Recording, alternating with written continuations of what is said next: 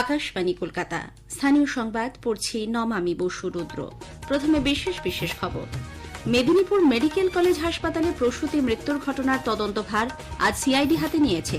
স্নাতকোত্তর স্তরের কোনো পড়ুয়া অস্ত্রোপচার এবং অ্যানাস্থেশিয়া সংক্রান্ত কোনো কাজ নিজেরা করতে পারবেন না বলে আজ হাসপাতাল কর্তৃপক্ষ জানিয়েছে। এদিকে বিজেপি প্রসূতি মৃত্যু এবং স্যালাইন দুর্নীতিতে কেন্দ্রের হস্তক্ষেপ দাবি করেছে। মালদার কালিয়াচকে আজ দুষ্কৃতী হামলায় প্রাণ হারিয়েছেন এক তৃণমূল কংগ্রেস কর্মী। দক্ষিণ কলকাতার বাঘাযতীনে একটি বহুতল আবাসন আজ হেলে পড়লে ব্যাপক চাঞ্চল্য ছড়ায়। নতুন দিল্লিতে আজ জাতীয় হলুদ পর্ষদের সূচনা হয়েছে। প্রধানমন্ত্রী এই উদ্যোগের প্রশংসা করেছেন। মকর সংক্রান্তিতে গঙ্গাসাগরে এই মুহূর্তে পুণ্যার্থীদের উপচে পড়া ভিড়। বিকেল ৩টে পর্যন্ত মেলায় ৮৫ লক্ষ ভক্তের সমাগম ঘটেছে। আসছে বিস্তারিত খবরে। মেদিনীপুর মেডিকেল কলেজ হাসপাতালে প্রসূতি মৃত্যুর ঘটনার তদন্তভার আজ সিআইডি হাতে নিয়েছে। ডিএসপি পদমর্যাদার এক আধিকারিকের নেতৃত্বে ২ সদস্যের প্রতিনিধি দল ওই হাসপাতালে গিয়ে কলেজের অধ্যক্ষ মৌসুমী নন্দী ও সুপার জয়ন্ত রাউতের সঙ্গে কথা বলেন। মেডিকেল সুপার উপাধ্যক্ষ এমএসভিপির ঘরে দুপুর থেকে সন্ধে পর্যন্ত চলে রুদ্ধদ্বার বৈঠক। একই সঙ্গে আজ ২ পিজিটি, ৪ জন নার্স, ১ জন আরএমও এবং ২ স্ত্রীরোগ বিভাগের প্রধানকেও জিজ্ঞাসাবাদ করেছেন আধিকারিকরা। ৩ দিনের মধ্যে তাদের প্রাথমিক রিপোর্ট জমা দিতে বলা হয়েছে। পরে এমএসভিপি ড রাউত জানান, তদন্তের স্বার্থে যাদের প্রয়োজন তাদেরকেই জেরা করা হচ্ছে। এদিকে মেদিনীপুর মেডিকেল কলেজ হাসপাতালে স্যালাইন কাণ্ডে সংক্রমণের শিকার ৩ প্রসূতির অবস্থা সংকটজনক। কলকাতার এসএসকেএম হাসপাতালে তারা চিকিৎসাধীন। জানা গেছে, সংক্রমণের কারণে তাদের শরীরে রক্ত জমাট বাঁধছে না, কমেছে প্লেটলেটের সংখ্যা, ঠিকমতো কাজ করছে না ফুসফুস ও কিডনিও। ১৩ সদস্যের মেডিকেল বোর্ড এদের চিকিৎসার দায়িত্বে রয়েছেন। মৃতা প্রসূতির সন্তানের শারীরিক অবস্থা স্থিতিশীল হলেও পঞ্চম প্রসূতি রেখা সাউ মেদিনীপুর মেডিকেল কলেজ হাসপাতালে চিকিৎসাধীন রয়েছেন। তার সন্তানের অবস্থাও গুরুতর। শিশুটি নিকুতে ভর্তি আছে। অন্যদিকে আজ হাসপাতালের তরফে নোটিশ দিয়ে জানানো হয়েছে, স্নাতকোত্তর স্তরের কোনো পড়ুয়া অস্ত্রোপচার এবং অ্যানাস্থেশিয়া সংক্রান্ত কোনো কাজ নিজেরা করতে পারবেন না। ফ্যাকাল্টি, বেড ইনচার্জ, এমডি এবং এমএস ডিগ্রিধারী সিনিয়র রেসিডেন্ট ডাক্তাররাই সার্জারি সংক্রান্ত যাবতীয় প্রক্রিয়া সম্পাদন করবেন। যদি কোনো পিজিটি বা জুনিয়র ডাক্তার এই সব কাজ করেন, তা শাস্তিযোগ্য অপরাধ বলে গণ্য করা হবে। এই ঘটনায় কঠোর ব্যবস্থা নেওয়া হবে বলেও সতর্ক করে দেওয়া হয়েছে। বিজেপি প্রসূতি মৃত্যু এবং স্যালাইন দুর্নীতিতে কেন্দ্রের হস্তক্ষেপ দাবি করেছে। রাজ্যের বিজেপি সাংসদ জ্যোতির্ময় সিং মাহাতো এ ব্যাপারে আজ কেন্দ্রীয় স্বাস্থ্যমন্ত্রী জগৎ প্রকাশ নাড্ডার হস্তক্ষেপের আবেদন জানান। অন্যদিকে বিরোধী দলনেতা শুভেন্দু অধিকারী এই ঘটনায় রাজ্যের স্বাস্থ্যমন্ত্রী ও স্বাস্থ্য সচিবের বিরুদ্ধে পদক্ষেপের দাবি করেছেন। সাংবাদিকদের প্রশ্নের উত্তরে আজ তিনি বলেন, এই ঘটনা ক্ষমার অযোগ্য অপরাধ। স্বাস্থ্যমন্ত্রী ও স্বাস্থ্য সচিবের বিরুদ্ধে হত্যার মামলা দায়ের হওয়া উচিত বলেও মন্তব্য করেন তিনি। হত্যার মামলা হওয়া উচিত স্বাস্থ্যমন্ত্রী এবং স্বাস্থ্য সচিবের বিরুদ্ধে। ১৩ই ডিসেম্বর ২০২৪ কর্ণাটক সরকার জানিয়েছিলেন যে এই কোম্পানির স্যালাইন এবং ওষুধ নিষিদ্ধ। এরা ৬ই জানুয়ারির পরে ঘুম ভেঙেছে।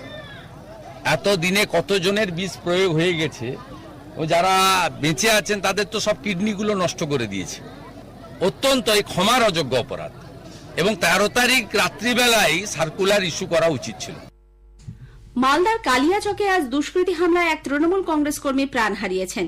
সকালে নয়াবস্তি এলাকায় রাস্তা উদ্বোধনে যান স্থানীয় তৃণমূল কংগ্রেস অঞ্চল সভাপতি বকুল শেখ সহ অন্যান্যরা। সে সময় কয়েকজন দুষ্কৃতী তাদের লক্ষ্য করে মারধর শুরু করে। ইট দিয়ে মাথায় আঘাতও করা হয়। এরপর গুলি চালালে ওই দলে থাকা হাসা শেখ নামে এক কর্মী প্রাণ হারান। বকুল সহ অন্য আর এক দলীয় কর্মী মালদা মেডিকেল কলেজ হাসপাতালে চিকিৎসাধীন। তৃণমূল কংগ্রেসের গোষ্ঠীদ্বন্দ্বের জেরেই এই ঘটনা বলে প্রাথমিক অনুমান। এদিকে খুনের ঘটনায় মুখ্যমন্ত্রী মমতা ব্যানার্জি পদত্যাগ দাবি করেছেন বিজেপি বিধায়ক শঙ্কর ঘোষ। আজ সাংবাদিকদের তিনি বলেন, রাজ্যে সাধারণ মানুষের সুরক্ষা নেই, অবিলম্বে পুলিশ ও স্বাস্থ্যমন্ত্রী বদল হওয়া প্রয়োজন। বিজেপি নেতা প্রিয়াঙ্গু পাণ্ডের গাড়ি লক্ষ্য করে গুলি চালানোর ঘটনায় সোনু ওরফে মোহাম্মদ আমিনকে এনআইএ বিশেষ আদালত আজ ৪ দিনের এনআইএ হেফাজতে পাঠিয়েছে। গতরাতে মোহাম্মদ আমিনকে গ্রেপ্তার করে জাতীয় তদন্তকারী সংস্থা। উত্তর ২৪ পরগনার ভাটপাড়ার এক গোপন ডেরা থেকে তাকে ধরা হয় বলে খবর। উদ্ধার হয় ১২টি তাজা বোমা এবং একটি পিস্তল। উল্লেখ্য, গত বছর ভাটপাড়ায় এক বিক্ষোভের মুখে পড়ে প্রিয়াঙ্গু পাণ্ডে আটকে দেওয়া হয় তার গাড়ি। এরপরই তার গাড়ি লক্ষ্য করে চালানো হয় গুলি। দক্ষিণ কলকাতার বাঘাযতীনে একটি বহুতল আবাসন আজ হেলে পড়লে ব্যাপক চাঞ্চল্য ছড়ায়। তবে ওই আবাসনে আপাতত কোনো বাসিন্দা না থাকায় বড়সড় দুর্ঘটনা এড়ানো সম্ভব হয়েছে। জানা গেছে বিদ্যাসাগর কলোনির বাড়িটি প্রায় 10 বছরের পুরনো। হাইড্রোলিক প্রযুক্তি ব্যবহার করে হেলে পড়া বাড়িকে সোজা করার কাজ চলছিল। তবে কলকাতা পুরসভার অনুমতি ছাড়াই এই কাজ হচ্ছিল বলে অভিযোগ। কিছুদিন আগে বাড়িটি হেলে পড়ছে দেখে প্রমোটার বাসিন্দাদের অন্যত্র সরিয়ে দেন। স্থানীয় বিধায়ক তথা মেয়র পরিষদ দেবব্রত মজুমদার, কলকাতা পুলিশের ডিসি, এসএসটি, বিপর্যয় মোকাবিলা বাহিনী ও পুরসভার আবাসন বিভাগের আধিকারিকরা আজ ঘটনাস্থলে যান। দেবব্রত বাবু এই ঘটনার জন্য প্রমোটারকে সম্পূর্ণরূপে দায়ী করে জানান তার বিরুদ্ধে মামলা দায়েরের সিদ্ধান্ত নিয়েছে কলকাতা পুরসভা। যদিও নির্মাণকারী প্রমোটারের এখনও হদিশ মেলেনি। বাড়িটি সম্পূর্ণভাবে ভেঙে দেওয়া হবে বলেও প্রশাসনের পক্ষ থেকে জানানো হয়েছে। দক্ষিণ কলকাতার একটি বেসরকারি স্কুলে কাঁচ ভেঙে 3 পড়ুয়া আহত হওয়ার ঘটনায় রাজ্য শিক্ষা দপ্তর রিপোর্ট তলব করেছে। স্কুলে সেদিন কি ঘটেছিল এবং ঘটনার পর কি ব্যবস্থা নেওয়া হয়েছিল জেলা বিদ্যালয় পরিদর্শকের কাছে তা জানতে চাওয়া হয়। ইতিমধ্যেই সেই রিপোর্ট জমা পড়েছে। স্থানীয় সংবাদ শুনছেন আকাশবাণী কলকাতা কেন্দ্র থেকে। আমাদের সংবাদ শোনা যাবে ইউটিউব চ্যানেল আকাশবাণী সংবাদ বাংলা, ফেসবুক ও ইনস্টাগ্রাম আকাশবাণী সংবাদ কলকাতা এবং এক্স হ্যান্ডেল AIR নিউজ কলকাতাতে। নতুন দিল্লিতে আজ জাতীয় হলুদ পর্ষদের সূচনা হয়েছে। বাণিজ্য শিল্পমন্ত্রী পীযূষ গোয়েল ভার্চুয়ালি এর উদ্বোধন করে বলেন, হলুদ চাষীদের জীবনযাত্রা মানোন্নয়ন, উন্নত মানের বিভিন্ন প্রজাতির হলুদ চাষ এবং রপ্তানি বাড়ানোই এই পর্ষদের মূল লক্ষ্য। দেশের 20টি রাজ্যে হলুদ চাষ করা হয় এবং বিশ্বের মোট হলুদ চাষের 70% ভারতে হয়ে থাকে বলে তিনি জানান। এদিকে প্রধানমন্ত্রী জাতীয় হলুদ পর্ষদের প্রতিষ্ঠার প্রশংসা করেছেন। সোশ্যাল মিডিয়া পোস্টে প্রধানমন্ত্রী নরেন্দ্র মোদী এই পর্ষদ গঠনের বিষয়টিকে বিশেষ করে দেশের কঠোর পরিশ্রমী হলুদ চাষীদের জন্য অত্যন্ত আনন্দের বলে অভিহিত করেন। গঙ্গাসাগরে মকর স্নানের পুণ্যযোগের মধ্যেই আজ সাগরে বিকেল 3টে পর্যন্ত 85 লক্ষ পুণ্যার্থীর সমাগম ঘটেছে। স্নানঘাট জুড়ে এখনও অগণিত পুণ্যার্থীর ভিড়। আমাদের জেলা সংবাদদাতার একটি প্রতিবেদন। আজ কাকভোর থেকে সাগর মেলার 1 নম্বর 6 নম্বর স্নানঘাট জুড়ে অগণন পুণ্যার্থী স্রোত আছড়ে পড়ে সাগর জলে। গত দুদিনের তুলনায় ঠান্ডার কামড় কম ছিল, তবে ভোরের আওয়ায় সাগর স্নান সারা পুণ্যার্থীদের কাঁপন ধরে আসছিল। উত্তরপ্রদেশ, রাজস্থান, বিহার, গুজরাট থেকে বাংলার কাকদ্বীপ থেকে কোচবিহার সব মিলেমিশে একাকার হয়ে যায়। বুধবার সকাল 6:58 পর্যন্ত মকর সংক্রান্তির পুণ্যযোগ। বুধবারও কয়েক লক্ষ পুণ্যার্থী মেলায় আসবেন বলে জানিয়েছে প্রশাসন। বাবুঘাট, কাকদ্বীপ ও নামখানা পয়েন্টে অপেক্ষায় আছেন পুণ্যার্থীরা। তবে সাগর স্নানের পর অনেকেই লক্ষ মানুষের ভিড়ে নিখোঁজ হয়ে যায়। পাবলিক অ্যাড্রেস সিস্টেমে সর্বক্ষণ চলছে দেশের নানা রাজ্যের ভাষায় নিখোঁজের ঘোষণা। প্রশাসনের হিসাবে এদিন বিকেল পর্যন্ত 4683 জন প্রিয়জনের থেকে নিখোঁজ হয়ে যান। এর মধ্যে 4660 জনকে পরিবারের কাছে ফিরিয়ে দেওয়া হয়েছে। এদিন বিকেল পর্যন্ত সাগরে আসা 5 পুণ্যার্থীর মৃত্যু হয়েছে। অসুস্থতার জন্য 7 জন পুণ্যার্থীকে এয়ারলিফটিং করা হয়েছে। 672 জনকে বিভিন্ন অপরাধমূলক কাজের জন্য গ্রেপ্তার করা হয়েছে। কাল 1 মাঘ এই তিথিতে স্থানীয় সাগরদ্বীপ ও জেলার মানুষেরা স্নান করেন। গৌতম মণ্ডল, আকাশবাণী সংবাদ, সাগর মেলা, দক্ষিণ 24 পরগনা। এদিকে মকর সংক্রান্তিতে বীরভূমের অজয় নদের চরে চলছে কেঁদুলি মেলা। মেলা প্রাঙ্গণ থেকে আমাদের প্রতিনিধির প্রতিবেদন।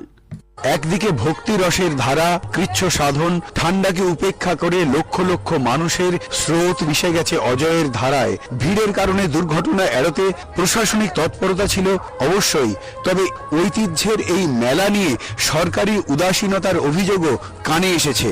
স্থায়ী স্নানের ঘাট না তৈরি হওয়া, রাত্রি যাপনের উপযুক্ত পরিকাঠামো নেই, এসবের পরেও পূর্ণিমা উত্তর চাঁদের আলোয় একতারার ধ্বনি আর বাউলের সুরে গোটা রাত মায়াবী হয়ে ওঠার অপেক্ষায় কবিতীর্থ জয়দেব।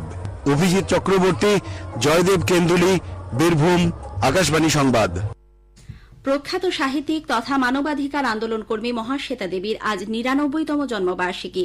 1926 সালের 14 জানুয়ারি তিনি অধুনা বাংলাদেশের ঢাকায় জন্মগ্রহণ করেন। 100টিরও বেশি উপন্যাস এবং 20টিরও বেশি ছোট গল্প লিখেছেন তিনি। উল্লেখযোগ্য রচনাগুলির মধ্যে রয়েছে হাজার চুরাশির মা, রুদালি, অরণ্যের অধিকার, প্রেম তারা ইত্যাদি। সাহিত্য কৃতির জন্য তিনি নানা পুরস্কারে ভূষিত হয়েছেন। এর মধ্যে রয়েছে জ্ঞানপীঠ পুরস্কার ও র‍্যামন ম্যাগসাইসাই পুরস্কার সহ একাধিক সাহিত্য পুরস্কার এবং পদ্মশ্রী ও পদ্মবিভূষণ। পশ্চিমবঙ্গ সরকার তাকে রাজ্যের সর্বোচ্চ সম্মান বঙ্গবিভূষণে সম্মানিত করেছিল। 2016 সালের 28 জুলাই প্রয়াত হন মহাশ্বেতা দেবী। পূর্ব রেলের শিয়ালদা ডিভিশনের দমদম ডানকুনি সেকশনে বালিঘাট ও বালিহল স্টেশনের মাঝে 95 বছরের পুরনো CR-15 সেতুর গার্ডার বদলের কাজের জন্য আগামী 23 তারিখ রাত 12টা থেকে 27 জানুয়ারি ভোর 4টে পর্যন্ত 100 ঘণ্টা ট্রাফিক ও পাওয়ার ব্লক থাকবে। এর জেরে ওই দিন শিয়ালদা ডানকুনির মধ্যে 22 জোড়া লোকাল ট্রেন ও কয়েকটি এক্সপ্রেস ট্রেন বাতিল থাকছে।